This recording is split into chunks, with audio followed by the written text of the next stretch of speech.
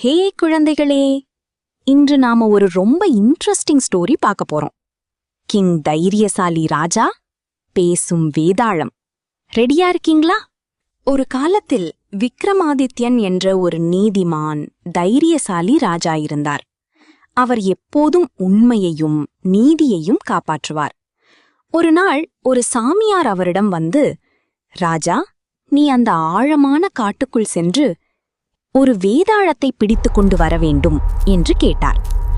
ராஜா எதற்கும் பயப்படாதவர். அவர் உடனே அந்த இருண்ட காட்டுக்குள் சென்றார். அங்கு ஒரு பெரிய மரத்தில் தலைகீழாக தொங்கிக் கொண்டிருந்த ஒரு வேதாளத்தை பார்த்தார். அதை அவர் தைரியமாக எடுத்துக்கொண்டு தனது தோளில் சுமந்தார். அப்போது அந்த வேதாளம் சிரித்து, ராஜா, நான் உனக்கு ஒரு கதை சொல்லப் போகிறேன். அந்த கதைக்கு நீ சரியான பதில் சொல்ல வேண்டும். உனக்கு பதில் தெரிந்தும் நீ சொல்லாமல் இருந்தால் உன் தலை உடைந்து போகும் என்றது. ராஜா அமைதியாக சம்மதித்தார். வேதாளம் கதையை தொடங்கியது. ஒரு ஊரில் 2 நண்பர்கள் இருந்தார்கள். அவர்கள் ஒருவருக்கொருவர் மிகவும் நெருக்கமானவர்கள்.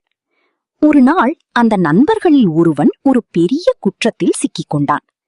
அவனை காப்பாற்ற வேண்டும் என்று நினைத்த மற்றொரு நண்பன் தானே அந்த குற்றத்தை செய்ததாக பொய் சொன்னான்.